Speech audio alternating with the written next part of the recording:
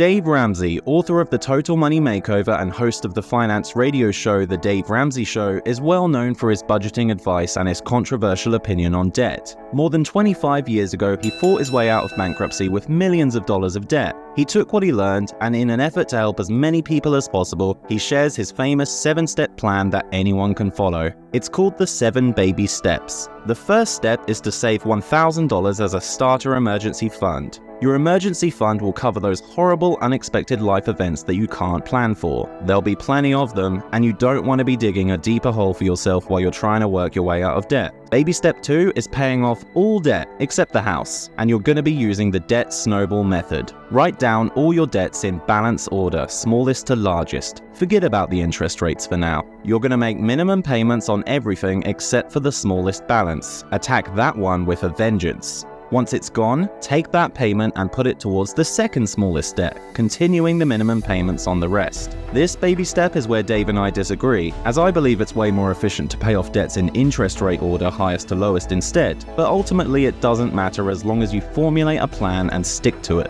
Baby step 3 is saving 3 to 6 months of expenses in an emergency fund. You're out of debt now, so don't slow down. Take the money you were throwing at your debt and build a fully funded emergency fund. This protects you against life's bigger expenses, like the loss of a job. Baby step 4 is where you can shift your focus off debts and what-ifs and start looking towards the future. This is where you begin regularly investing 15% of your gross income for retirement. Dave Ramsey believes that if you're still working at 67, it should be because you want to, not because you have to.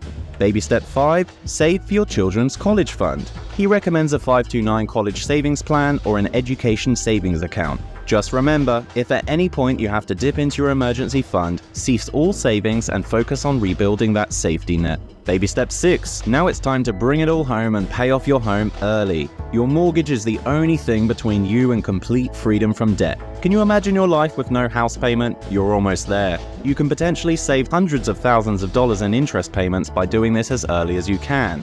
This is also where I disagree with Dave, as I believe debt isn't entirely evil, and if your interest rate is locked in at a sweet 3%, there are plenty of other places you can put your money, such as the stock market, that offer a greater return than 3%. Regardless, we've arrived at baby step 7, and this is something I wholeheartedly agree with the man himself on. Build wealth and give.